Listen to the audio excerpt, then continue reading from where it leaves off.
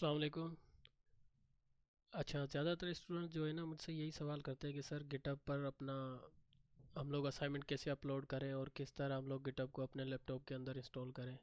तो ये सारी चीज़ें जो हैं एक ही वॉइस में आपको या फिर मैं अपना मैसेज में नहीं समझा सकता। तो इसलिए इसके लिए ना मैं आज खुद वीडियो बना रहा हूँ। तो यहाँ पर सिंपल आप लोगों को कुछ स्टेप्स बता रहा हूँ जो कि आप लोगों ने करने हैं, किस तरीके से आप लोगों ने अपना गिटहब का अकाउंट बनाना है, किस तरीके से गिट को अपने लैपटॉप के अंदर इंस्टॉल करना है और किस तरह से आप लोगों ने अपने असाइनमेंट्स जो है वो गिटहब पर अपलोड करने हैं।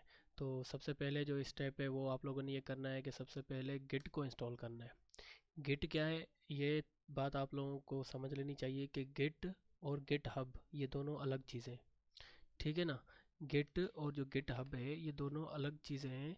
गिट क्या है, गिट एक वर्जन कंट्रोल सिस्टम है जो कोड या किसी प्रोजेक्ट्स की फाइल को ट्रैक करता है। ठीक है ना। ऐसे बहुत सारे मतलब डेवलपर्स होते हैं कि वो क्या करते हैं कि अपना सॉफ्टवेयर हाउस होता है उनका, तो एक प्रोजेक्ट पर बहुत सारे लोग आपस में काम कर रहे होते हैं। किसी ने उसकी नेव बार बना ली वेबसाइट की, किसी ने उसकी बॉडी बना ली, किसी ने उसका हेडर बना दिया। सिंपल वर्डिंग में मैं आपको समझाने की कोशिश कर रहा हूँ। तो गिट क्या है, गिट एक वर्जन कंट्रोल सिस्टम है जो कोड या किसी प्रोजेक्ट की फाइल को ट्रैक करता है। इससे डेवलपर्स अपने कोड को मैनेज, ट्रैक और कोलैबोरेट वगैरह कर सकते हैं। ठीक है। लेकिन गिटहब आपको सहूलत देता है कि बहुत सारे लोग एक साथ मिलकर एक प्रोजेक्ट पर काम कर सकते हैं बगैर एक दूसरे के एक कोड के अंदर इंटरफेयर किए हुए। ठीक है ना। अब किस तरीके से फ़र्ज़ करें कि आप एक वेबसाइट बना रहे हैं और उसको बनाने के बाद आपको कुछ चेंजेस याद आते हैं कि आपने उसके अंदर कुछ चेंजेस करने हैं।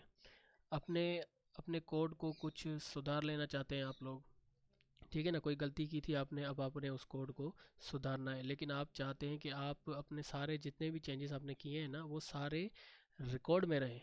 कि अगर आपको क्लाइंट को न्यू चेंजेस पसंद नहीं आए तो वो आप अपना पुराना कोड जो है वो उसको आप वापस लाकर अपनी वेबसाइट को ऑप्टिमाइज़ करके आप उसको दिखा सकें। तो ये गिट होता है। गिट बेसिकली मैं आपको गिट और गिटहब में एक फ़र्क बताने के लिए एक मिसाल दूं। तो गिट को समझें कि हमारे पास सोशल मीडिया होता है ना। तो एक सोशल मीडिया है, सबको पता है कि हर कोई वहाँ पर अकाउंट बनाता है, पोस्ट वगैरह और जो इन्फॉर्मेशन होती है वो शेयर करता है। तो गिट एक सोशल मीडिया की तरह काम करता है और फिर वहाँ पर कुछ ऐप्स बने हुए होते हैं सोशल मीडिया पर, जैसे अपना इंस्टाग्राम है, ट्विटर है, फेसबुक है।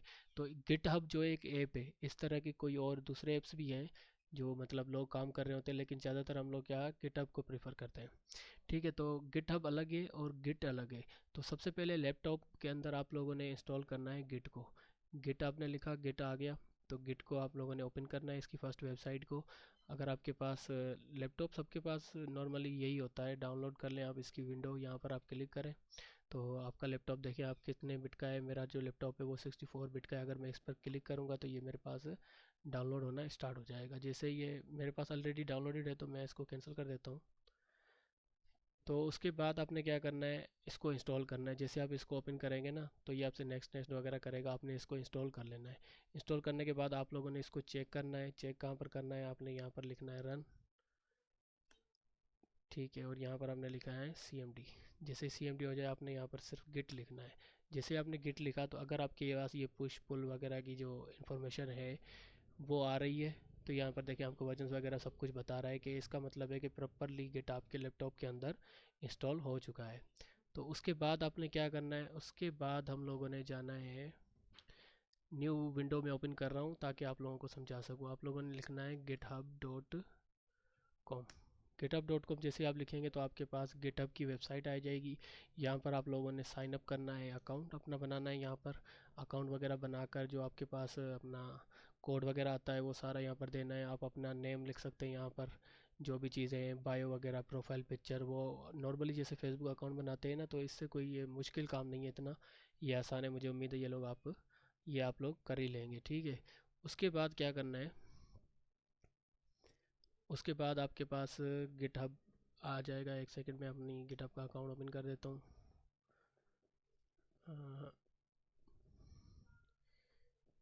ठीक है। तो ऐसे आप लोगों का अपना अकाउंट ओपन हो जाएगा। फिर आकर आपने इधर अपनी प्रोफाइल पिक्चर पे क्लिक करना है और यहाँ पर क्लिक करना है आपने यूआर रिपोजिटरीज पर। यहाँ पर क्लिक करने के बाद आपके पास ये ग्रीन कलर का ऑप्शन आएगा, आपने न्यू पर क्लिक करना है। न्यू पर जैसे ही क्लिक करेंगे तो यहाँ पर आपने अपनी रिपोजिटरी बनानी है। ठीक है, रिपोजिटरी का नेम लिखना है। मैं लिख देता हूँ कि फ़र्ज़ करें मैंने क्या अपलोड करना है। चलिए मैं आपके लिए ये फ़र्स्ट प्रोजेक्ट मैंने उस दिन अपलोड किया था कैलकुलेटर वाला, मैं इसको अपलोड करूँगा।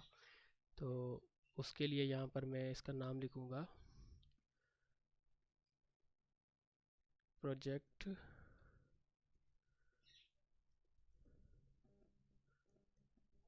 कैलकुलेटर। ठीक है, मैंने ये अपना रिपोजिटरी का नाम लिख दिया। यहाँ पर डिस्क्रिप्शन में आप अपनी डिस्क्रिप्शन डाल सकते हैं, मैं आप लोगों को समझाने के लिए कर रहा हूँ। और ये याद रखिएगा कि जो आपने यहाँ पर अपना रिपोजिटरी बनाई है वो वहाँ पर पब्लिक होनी चाहिए, प्राइवेट नहीं होनी चाहिए, वरना किसी को दिखेगी नहीं। और सबको दिखाना लाजमी होता है, क्योंकि आजकल जो है ना सीवी का ज़माना नहीं है, आजकल ये अपना गिट और अपना लिंक्डइन ही चलता है। फिर आपने क्या करना है, क्रिएट रिपोजिटरी पे क्लिक करना है, कोई कोई और चेंजेस नहीं करने इसके अंदर। उसके बाद आपके पास कुछ इस तरह का इंटरफेस आ जाएगा। अब यहाँ पर ये आपको क्या कह रहा है कि और create a new repository on the command line. अगर आपको डायरेक्ट अपलोड करना है, ये तरीक़ेकार आपको थोड़ा सा मुश्किल लग रहा है, तो यहाँ पर आप क्रिएट न्यू फाइल करके अपलोडिंग अपना जो आपके पास फोल्डर से फाइल से वो यहाँ पर डायरेक्ट अपलोड कर सकते हैं। लेकिन ये जो है ना प्रोफेशनल तरीका नहीं है। प्रोफेशनल तरीके के लिए आप लोगों ने क्या करना है, आप लोगों ने यहाँ पर देखें सबसे पहले ये आपको कमांड दे रहा है कि ये कमांड्स आपको रन करनी है। किस तरीके से करनी है मैं आपको समझाता हूँ। सबसे कह रहा है कि आपने क्या करना है, रीड में की जो है ना फाइल बनानी है, इको करना है कल अपना प्रोजेक्ट कैलकुलेटर को रीड में की फ़ाइल। अब देखें यहाँ पर कुछ मुश्किल काम नहीं है, सिंपल आपने इसका नेम कॉपी करना है। मैंने किया। यहाँ पर हम गए अपना प्रोजेक्ट पोर्टफोलियो के अंदर, यहाँ पर हमने इसको CMD किया। CMD मैंने यहाँ पर लिखा कोड स्पेस डॉट। तो यहाँ पर जो मेरा प्रोजेक्ट का अपना VS कोड के अंदर ओपन हो चुका है। अब यहाँ पर मैंने एक फ़ाइल बनानी है जिसका नाम मैंने रखना है वही जो मैंने यहाँ पर कॉपी किया था। ठीक है, ये आ गया है हमारे पास फाइल। अच्छा, ये रीडमी की जो फाइल है रीडमी डॉट एम डी का मतलब होता है कि मार्क डाउन डॉक्यूमेंटेशन। ये चीज़ें आप लोगों के लिए अभी ज़रूरी नहीं है समझना आप लोगों को सिर्फ ये है कि आप लोगों ने असाइनमेंट किस तरीके से अपलोड करने, ये चीज़ें धीरे धीरे आप लोग वक्त के साथ समझते जाएंगे। उसके बाद आपने क्या करना है, अपना CMD ओपन करना है। ठीक है, ये आपने CMD ओपन कर लिया यहाँ से।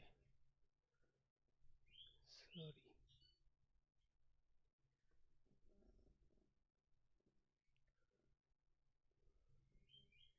ठीक है, ये आपने यहाँ पर क्या कर लिया, अपना CMD ओपन कर लिया। अब यहाँ पर आपने सबसे पहले गिट को चेक करना है कि गिटअप जो आपने गिट जो इंस्टॉल किया था वो प्रॉपरली वर्क कर रहा है कि नहीं। मैंने गिट लिखा, वही इन्फॉर्मेशन आ गई, उसका वर्जन वगैरह आ गया मेरे पास। इसका मतलब है यहाँ पर गिट जो है हमारा प्रॉपरली काम कर रहा है। मैं इसको CLS करके स्क्रीन को क्लियर कर देता हूँ। उसके बाद आपने क्या करना है, वापस जाना है इस पर। और आपने ये जो है ना गिट इनिट मतलब गिट को इनिशलाइज करना है, ये कमांड कॉपी करनी है, यहाँ पर आना है और आपने इसको इधर पेस्ट कर देना है। तो ये क्या हो रहा है, इनिशलाइज हो रही हैं आपकी रिपोजिटरीज। अब देखें यहाँ पर सारी जितनी भी फाइल्स थी वहाँ पर सामने यू आ गया है। ठीक है, यू का मतलब है अनट्रैक्ड फाइल। ये सारी जो फाइल्स है ये अनट्रैक्ड फाइल्स है। इसका इसका उसको अभी समझ नहीं आई कि ये फाइल्स किस चीज़ की हैं और इनको क्या करना है। तो अब हमने क्या करना है, अब हमने वापस जाना है उसी फाइल पे। अब यहाँ पर हमने लिखना है गिट एड। अच्छा, ये कह रहा है कि गिट एड रीड मी डॉट MD। ठीक है, लेकिन हमने ऐड नहीं करना, मतलब ये कह रहा है कि आप इस फाइल को ऐड करो। इसको लग रहा है कि अभी सिर्फ हमने ये फाइल बनाई है लेकिन हमने प्रोजेक्ट बना रखा है। अक्सर डेवलपर्स क्या करते हैं कि पहले ये अपना रिपोजिटरी बना लेते हैं, फाइल बना लेते हैं, सॉरी ये रीडमी की फ़ाइल वगैरह बना लेते हैं, उसके बाद अपना कोड लिखते हैं। लेकिन हमने अभी अपना कोड और असाइनमेंट्स वगैरह सब कुछ लिख के रखा है। तो अभी हमने क्या करना है, ऐड करने के लिए यहाँ पर सिर्फ गेट ऐड लिखना है और स्पेस देकर हमने डॉट लिखना है। अगर हमारे पास, मैं आपको यहाँ पर समझाता हूँ, मैंने यहाँ पर लिख दिया गेट ऐड। अगर हमें मुझे इसमें से कोई एक फ़ाइल अपना अपलोड करनी है तो मैं उस फाइल का नाम लिख दूंगा index.tx। ठीक है, मैं उस फाइल का नाम लिखूंगा। लेकिन अगर मुझे ये सारी की सारी फाइल्स यहाँ पर अपलोड करनी है तो मैं करूँगा get dot O sorry get add space dot. अब जैसे ही मैं इसको एंटर करूँगा तो ये देखें कि ये सारी की जितनी भी हमारी फाइल्स थी। अच्छा, अभी हम इसको एक काम करते हैं, इस फाइल को जो है ना हम अपने पास नोड मॉड्यूल्स को फ़िलहाल के लिए हम लोग यहाँ से डिलीट कर देते हैं। कहाँ गया हमारा फोल्डर, ये रहा, ताकि आप लोगों के पास असाइनमेंट्स हैं और आप लोगों को ये जो नहीं करना, मतलब ये फाइल्स अपलोड करना ज़रूरी नहीं है आप लोगों।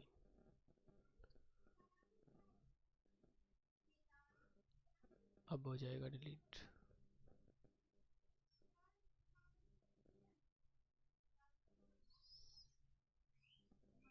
ठीक है, अब ये हमारे पास डिलीट हो चुका है। मैं इसको डिलीट कर देता हूँ क्योंकि इस फाइल ने हमारे पास वर्क नहीं किया। तो अब अगर मैं इसको VS कोड के अंदर ओपन करता हूँ तो देखें,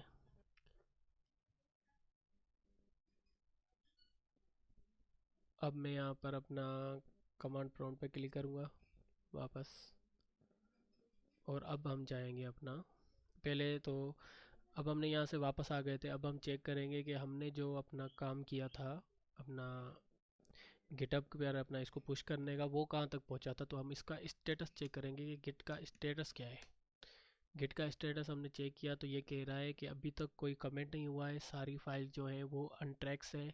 और अनट्रैक्स में कौन कौन सी फाइल है, ये सारी फाइल अभी अनट्रैक है। तो ठीक है, उसके लिए अब हमें क्या करना है, अब हमें यहाँ पर इसको क्लियर कर देता हूँ और हम यहाँ पर लिखेंगे गिट एड स्पेस डॉट।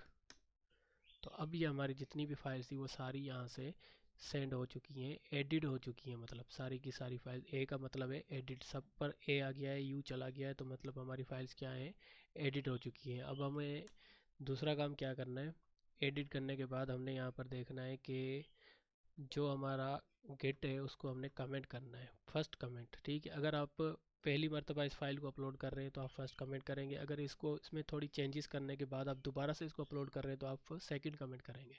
तो मैं अभी फर्स्ट कमेंट करूँगा। तो ये सारी चीज़ें मेरी कमेंट हो चुकी हैं। देखिए यहाँ पर जो एडिट का ऑप्शन था वो सारा चला गया है, लेकिन अभी हमारा काम ख़त्म नहीं हुआ है। अभी हमें यहाँ पर इसकी ब्रांच चेंज करनी है, इसको हमें ब्रांच के अंदर लेकर आना है। ये चीज़ें आप लोग आगे धीरे धीरे समझ जाएंगे, अभी के लिए आप लोगों को मैं प्रोसीजर बता रहा हूँ। ठीक है, उसके बाद आपने यहाँ पर ये हमारी कमांड चल गई है। उसके बाद हमने इसको बताना है कि जो रिमोटली हम लोग ऐड करना चाहते हैं, किसको ऐड करना चाहते हैं, गिटहब पर अपलोड करना चाहते हैं। नई मैच के नाम का एक अकाउंट है, उस पर एक रिपोजिटरी बनी हुई है प्रोजेक्ट कैलकुलेटर की, मतलब ये कंप्लीट लिंक है। जस्ट आपने इसको कॉपी करना है और यहाँ से इसको पेस्ट कर देना है अपने कमांड सेक्शन में और इंटर करना है।